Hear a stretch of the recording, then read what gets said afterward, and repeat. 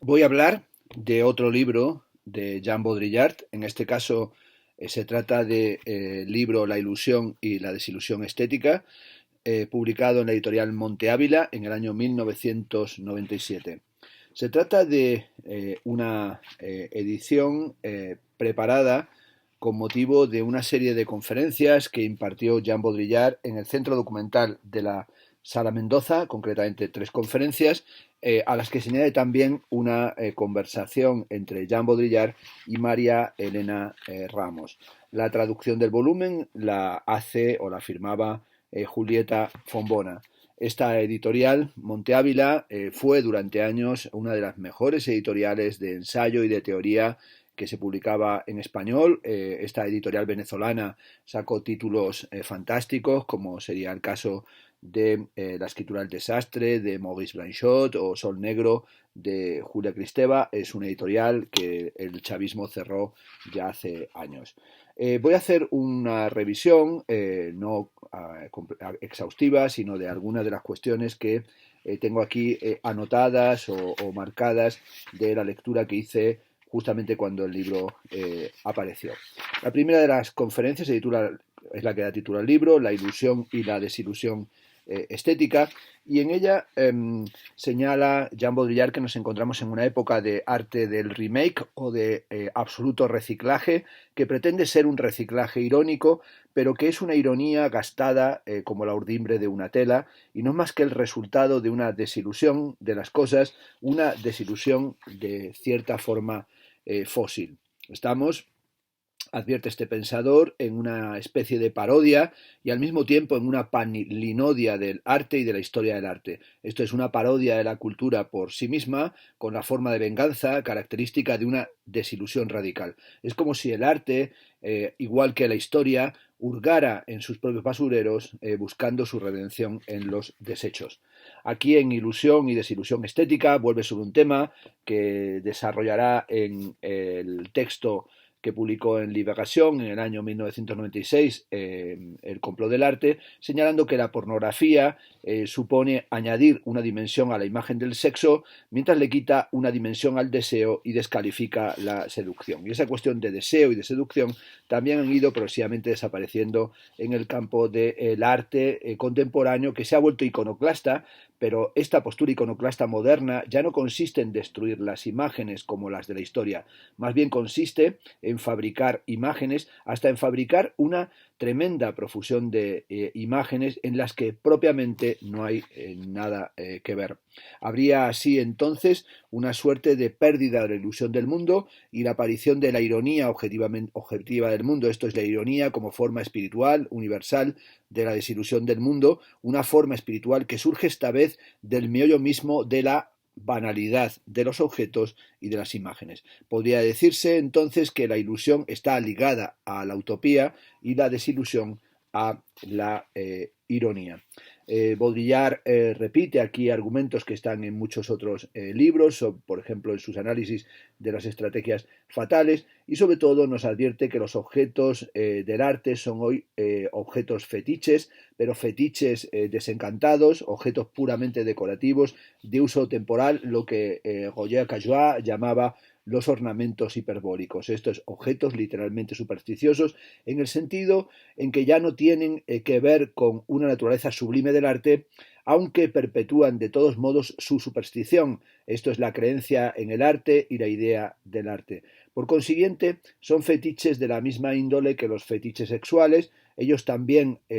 indiferentes, y que niegan toda la realidad del sexo y también ya ni siquiera proporcionan placer sexual. El fetichismo sexual, apunta a Baudrillard, no cree en el sexo, solo cree en la idea del sexo, la cual desde luego no es sexuada sino asexuada. Y de la misma forma ya no creemos en el arte, solo creemos en la idea del arte actual, la cual obviamente ya no es en absoluto estética. Una vez impartida cada una de las conferencias, luego se recogen una serie de preguntas,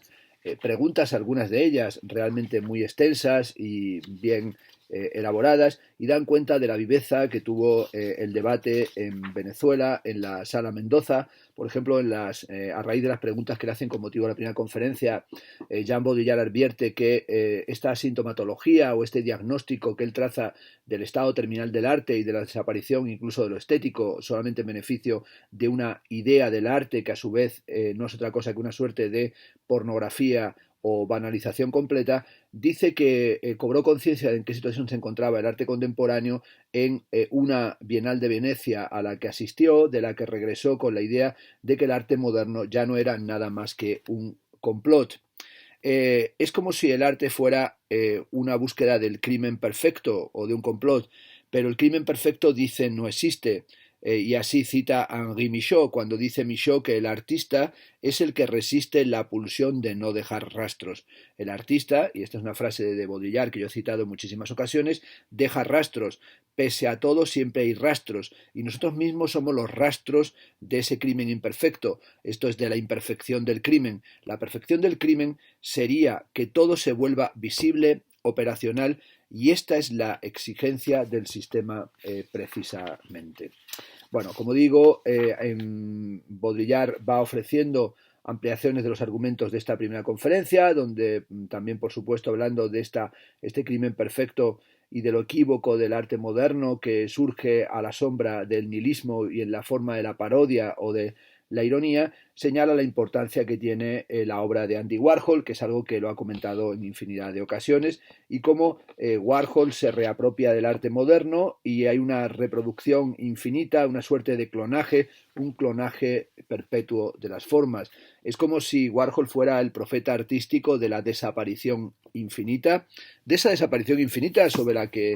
vuelve en sus últimos textos y concretamente en este que ya comenté, el de por qué no ha desaparecido todo aún, publicado recientemente en la editorial Enclave y del que he visto que existe también una edición en Argentina en Libros del Zorzal. Y esa desaparición indefinida es el clonaje y es el fin de la aparición y es también, como ha dicho, una parodia que al fin y al cabo saca su energía de algo, algo que desvía, que seduce y hay seducción también incluso en la parodia. Lo que se produce en estas lógicas de la simulación absoluta en una esfera homogénea, uniforme, es que los signos son ya pura simulación, no hay más que simulación, no hay una referencia a lo real, es decir, se produce el exterminio de lo real. Y en este sentido es un intento de rehabilitación y reapropiación de las formas, pero esa reapropiación es inútil y es vana en la medida, advierte Baudrillard, que está completamente ideologizada.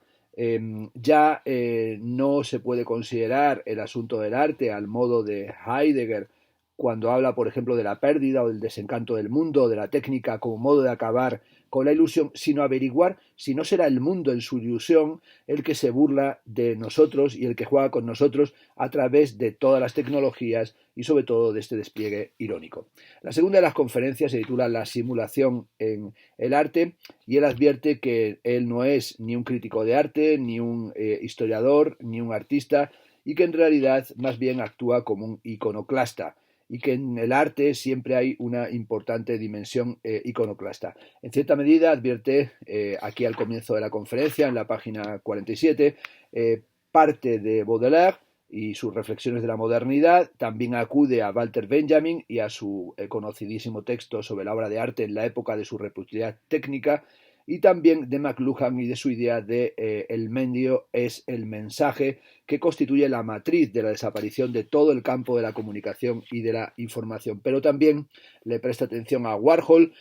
como manifestación del comienzo de la práctica ultramediática del arte, que para él es en realidad la eutanasia del arte. Lo que le interesa sobre todo, dice, la línea del destino de las formas artísticas en la época moderna y contemporánea y también saber si hay todavía algo así como un campo estético. Para él, ese problema no es un problema de la historia, sino del destino del arte en relación directa con la desaparición de las formas, de lo político, de lo social, hasta de lo ideológico y de lo sexual en nuestra sociedad. Es algo que tiene que ver también con el modo, por ejemplo, como analizó Pierre Bourdieu, los mecanismos de la cultura, la lógica de la producción del valor y de la producción contemporánea y del proceso inverso, a saber, el de la desaparición del arte en cuanto forma. Esto es que mientras más valores estéticos hay en el mercado, menos posibilidades hay, en cierta manera, de un juicio estético y de un placer estético. Esto es, hemos llegado a una especie de estado en suspenso, a una neutralización y una anulación de la crítica, lo que ha llamado en otras ocasiones el grado xerox, el grado reproductivo de la cultura. Hoy, lo sabemos, el arte está en todas partes, pero lo está porque hoy la banalidad está sacralizada. Y lo único que tenemos son una estetización de todas las cosas, pero sobre todo de los detritos, esto es, de los residuos. Estaba, por tanto, en el momento para Baudrillard de la estetización total del mundo y sobre todo de una operacionalización semiótica del arte y de una nueva economía política del signo, asuntos a los que ha dedicado atención en otros libros, en otras publicaciones. Mucho más, dice en la página 49, que a la comercialización del arte hay que temerle a la estetización general de la mercancía, mucho más que a la especulación, hay que temerle a la transcripción de todas las cosas en términos culturales, estéticos, en signos museográficos. Nuestra cultura dominante es eso, la inmensa empresa de la museografía de la realidad, la inmensa empresa del almacenamiento estético, que muy pronto se verá multiplicado por los medios técnicos de la información actual con la simulación y la reproducción estética de todas las formas que nos rodean y que muy pronto pasarán a ser la realidad virtual. También la realidad visual, por supuesto, se volverá, dice Baudrillard, una forma estética. Se podrá crear arte con las computadoras, algo que por supuesto hace tiempo que sucede, pero no ese es el asunto. Ocurre que la operación misma, la elaboración de la información, será una acción estética, y esto constituye el peligro más grave y es lo que él llama el grado xerox, jugando con la idea del grado cero de Roland Barthes, el grado xerox de la cultura. Estamos en una época, para este teórico, de simulación vergonzante, repetitiva y depresiva. Nuestra simulación ya no vive sino del vértigo de los modelos, del cual es enteramente diferente. El arte era un simulacro dramático en el que estaban en juego la ilusión y la realidad del mundo. Ya no hay nada más que una prótesis estética y una absoluta desilusión. El arte vendría a ser así la prótesis de un mundo del cual habrá desaparecido la magia de las formas y de las apariencias. Ahora, lo sublime del arte está en la magia de su desaparición, pero el peligro más grande está justamente en repetir una y otra vez esta desaparición. Es, por tanto, una suerte de simulacro de segunda generación. El arte está hecho ciertamente para seguir siendo ilusión, y si entra en el dominio de la realidad, según Baudrillard, estamos perdidos. El arte está condenado actualmente a simular su propia desaparición, puesto que esto ya ocurrió. Y este es el problema genérico de la desaparición, de la ausencia, del ausentarse, asunto al que ha dedicado atención en multitud de libros. Es decir, estamos en un momento póstumo de la cultura y hay, dice con lucidez, un momento iluminador para el arte, el de su propia pérdida, el de la pérdida del arte moderno, desde luego. Hay un momento iluminador de la simulación, el del sacrificio, ese momento en el que el arte se sumerge en la banalidad. Heidegger diría que esa sumersión en la banalidad es la segunda caída del hombre y es también su destino moderno. Pero hay un momento desiluminado, valga la expresión, desencantado, en el que se aprende a vivir de la banalidad, a reciclarse en sus propios desechos, y esto parece una suerte de suicidio fallido. El arte ya se adentra en el proceso de su propia desaparición, que está muy claramente articulado en Warhol en la forma de la mercancía absoluta o de la objetivización absoluta, y es un adentrarse en la alienación sin tratar de combatirlas o pretendiendo a veces que se combate con sus propias armas. Una estrategia que a veces se plantea es la de acelerar el movimiento, precipitarlo hacia lo que sería una estrategia fatal del valor estético. Aquí hay una especie de gestación de un cierto aceleracionismo que se ha recuperado más adelante por ciertos filósofos actuales, por ciertos filósofos contemporáneos. Nos encontramos, también advierte Baudrillard, en una época de especulación sin límites, en la que ya no es posible el juicio estético en términos de lo bello y de lo feo, sino simplemente lo que hay es el éxtasis del arte, y se está en el mundo del arte como una especie de jungla, una jungla, repite aquí lo que dijo en la primera conferencia, de los objetos fetiche o más o menos fetichizados, y como se sabe, ese objeto fetiche no tiene valor o tiene tanto valor que ya no se puede intercambiar. Hay, por tanto, una circulación o una comunicación velocísima, pero en la que el valor no tiene tiempo para existir, no tiene la posibilidad de cobrar forma, porque todo anda demasiado rápido. La obra de arte, dice en la página 55, debe adquirir un carácter extraño, un carácter de choque, de sorpresa, inquietante, y al mismo tiempo tiene que tener un carácter de liquidez, de circulación, e igualmente como la mercancía es una especie de valor intrínseco y autodestructivo. En esta página hay un pasaje fundamental en el que dice que en realidad hace falta, y él sabe que esto es muy difícil de aceptar para los artistas, extraer de algún modo de la nulidad un efecto extraordinario, es decir, extraer un efecto especial de la banalidad. En fin, hay que transfigurar el sinsentido y ello de cierto modo es una nueva forma de seducción.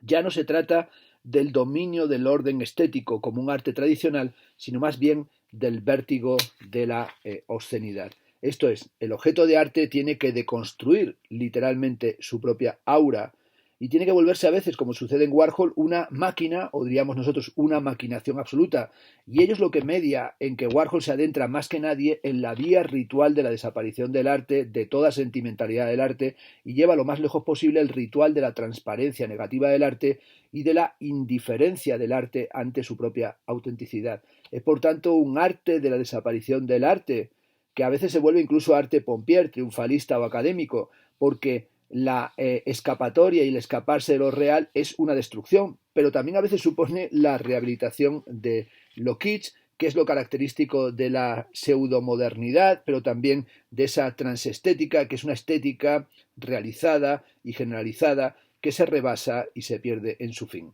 Termina esta conferencia Baudrillard advirtiendo que él cree que la historia del arte se detuvo quizá con Duchamp, aunque dice que de eso no está muy seguro, y se plantea la pregunta de si hay todavía una ilusión estética. Esto es, ¿hay todavía la posibilidad de encontrar un reto más allá de la pérdida del valor, algo que no tenga ya que ver con el valor, sino con la gran ilusión en el sentido de la mercancía absoluta de Baudelaire? Es decir, es posible encontrar una estrategia fatal, noción que desplegó en muchas ocasiones, más allá del propio mundo o de la alienación de la mercancía. ¿Habrá,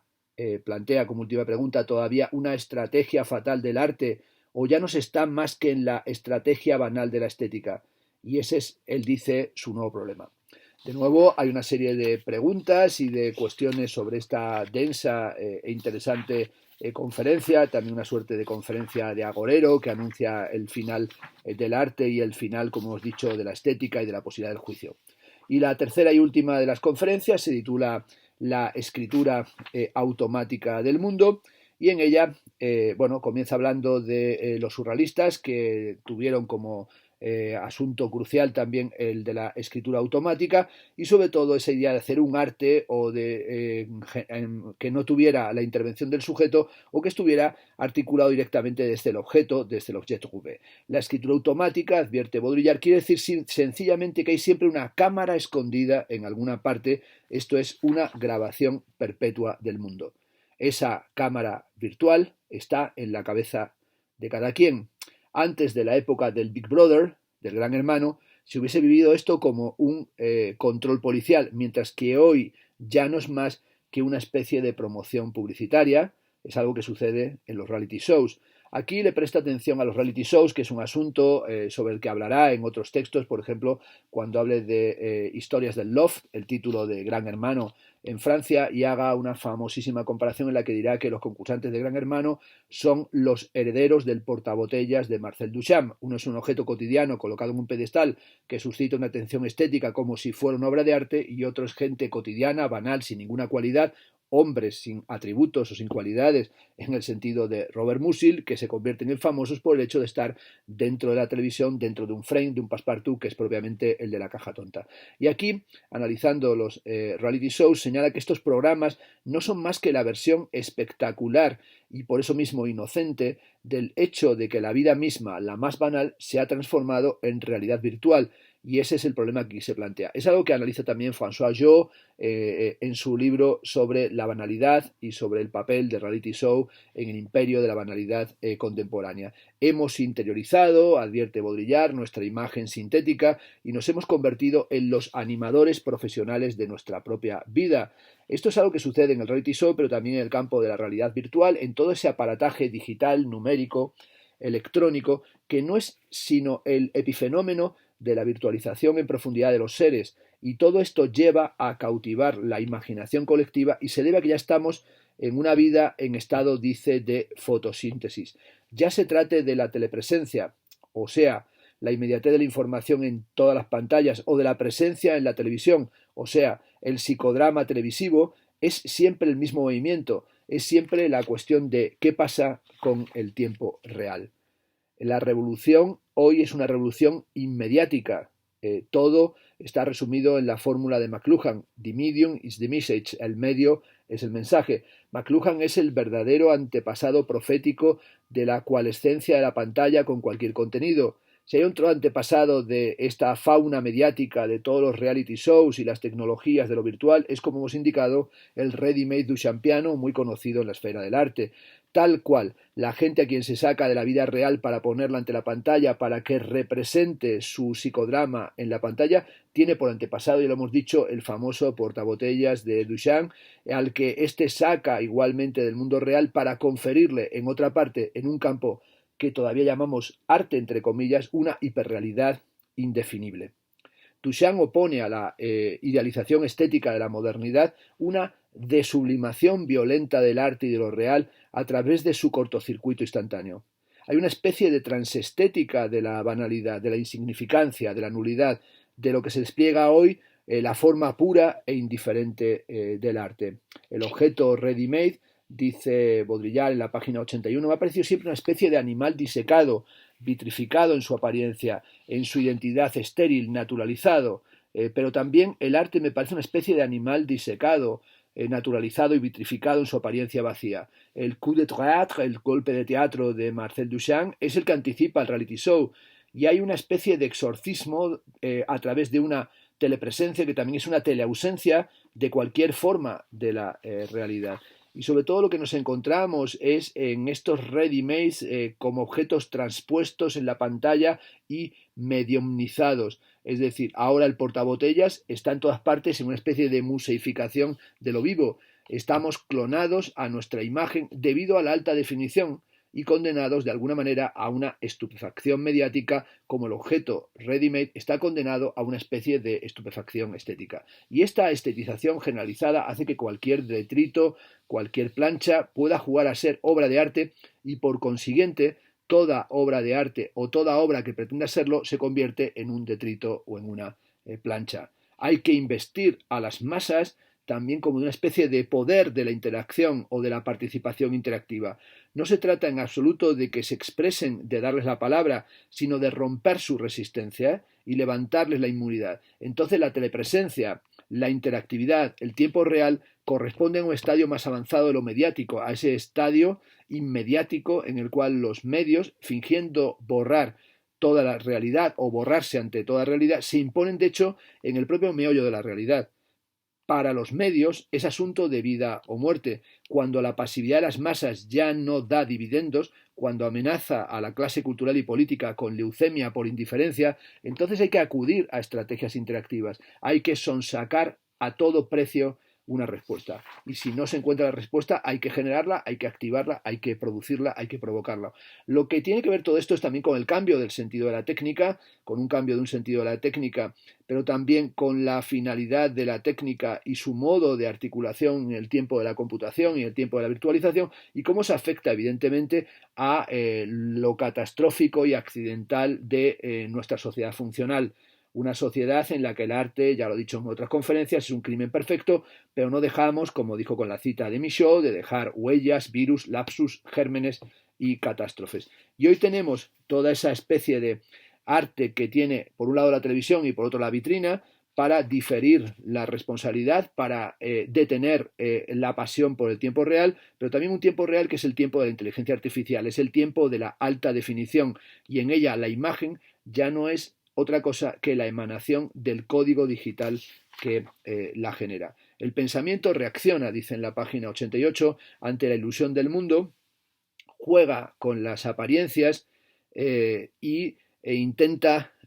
transformar la realidad sin poder hacerlo, porque vuelve contra el mundo mismo la ilusión del mundo en tanto máquina cerebral inteligente y solo domina el cálculo, no domina las apariencias, y su tarea, como la de todas las máquinas cibernéticas y virtuales, es destruir la ilusión esencial mediante la falsificación del mundo en tiempo real. El hecho de que todas estas modalidades de lo virtual se apoyen, dice Baudrillard, a la postre en antinomias, en efecto, el tiempo real es un tiempo puramente virtual. La inteligencia artificial nada tiene de artificial. La realidad virtual está en las antípodas del mundo real. En cuanto a la alta definición, esta corresponde también contradictoriamente a la más alta dilución de lo real. La más alta definición de la imagen, en el sentido técnico, corresponde a la más baja definición de su contenido, es decir, al más débil contenido de sentido. Asimismo, la más alta definición del medium corresponde a la más baja definición del mensaje, en el sentido de McLuhan. A la más alta definición de la información corresponde la más baja definición del acontecimiento.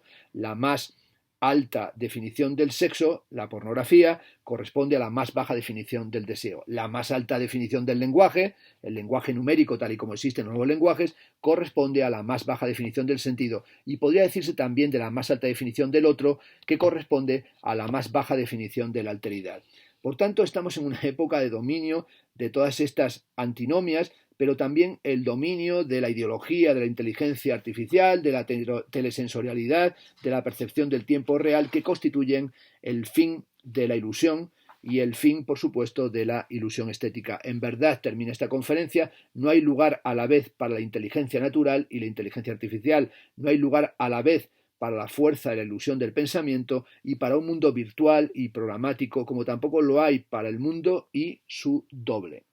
Son temas que, por ejemplo, también ha tratado más recientemente el filósofo francés Éric Sadin en su libro La siliconización del mundo, y ahora se va a traducir su libro sobre la inteligencia artificial, en el que algunas cosas que aparecen aquí en Baudrillard formuladas de otra forma se pueden encontrar y que son también material para el debate y que en su momento analizaré. Bueno, le plantean también las correspondientes preguntas sobre el trabajo del duelo que parece que estuviera elaborando en estas meditaciones y en estas conferencias, y también, bueno, cuál es la situación en la que nos encontramos, que a veces pareciera que fuera la de que nada puede hacerse, o sencillamente que estuviéramos, le preguntan hacia el final qué puede decir de la patafísica, y dice ahí que bueno, que Jarry ya dijo que la patafísica es la ciencia de las soluciones imaginarias, y cómo la patafísica es paradójica y a su vez completamente inteligible, pero también cómo hoy nos encontramos con esa dimensión del ruido y el caos y la necesidad tal vez de plantear nuevas preguntas y, si es posible, nuevas respuestas. Termina el libro con una conversación entre María Elena Ramos y Jean Baudrillard, en el que revisan también el papel que tiene, por ejemplo, las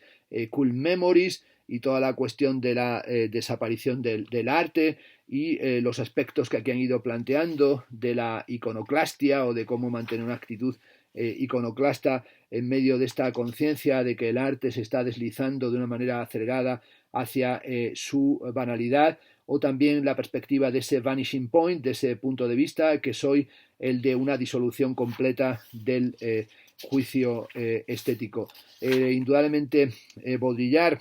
aquí está realizando un ataque que lo ha emprendido en algunos de sus otros ensayos a la transparencia, entendiendo que la ideología de la transparencia contemporánea no es otra cosa que una transparencia irónica, pero también una transparencia negativa, pero sobre todo frente a las connotaciones positivas de la transparencia, señala que hoy tenemos un exceso de la misma y cómo hoy la visibilidad absoluta de las cosas no es otra cosa que la obscenidad, y la transparencia es evidentemente una especie de catástrofe y de drama absoluto. En la última página del libro señala en esta conversación que obviamente yo empleo, se refiere a ese tema de la transparencia, el sentido de una conmutación de la palabra transparencia. Es interesante porque hubo como una genealogía de la palabra y se ve bien que no puede haber las dos formas de transparencia simultáneas y contemporáneas, porque una es el exceso de la otra, entonces la absorbe y esta transparencia ya en ese momento deja de ser, ya no se puede volver a encontrar el objeto al otro lado del espejo. Quiero decir, del otro lado del espejo ya es la transparencia del mal, lo que ya se transparenta no es más que el mal, lo que ha sido rechazado. Hay transparencia, termina, cuando hay visible e invisible. Si solo hay visible, entonces es la transparencia del mal. Pero no se puede decir que sea una transparencia negativa, al contrario, es toda positiva, es la positividad absoluta. Todo está ahí al mismo tiempo y entonces no se puede ya ver a través. Bueno, hoy nos toca de nuevo ver a través de un libro y mirar, estudiar, analizar y ver a través de un pensador tan importante como lo fue, y yo creo que lo sigue siendo en cierta medida, Jean Baudrillard, y por esto llevo unos días comentando algunos de sus libros, el reciente ¿Por qué no ha desaparecido todo aún?, el complot del arte y la ilusión y la desilusión estéticas, sobre todo porque me parece que distintas cuestiones que aquí plantea en relación al destino del arte nos pueden llevar a discutir o a comprender cuestiones que Baudrillard atisba de lo que está sucediendo en su época, pero que creo que todavía tienen cierta operatividad en la nuestra. Por tanto, considero que este libro es un libro interesante y digno de comentar y de analizar, como yo he tratado rápidamente de hacer.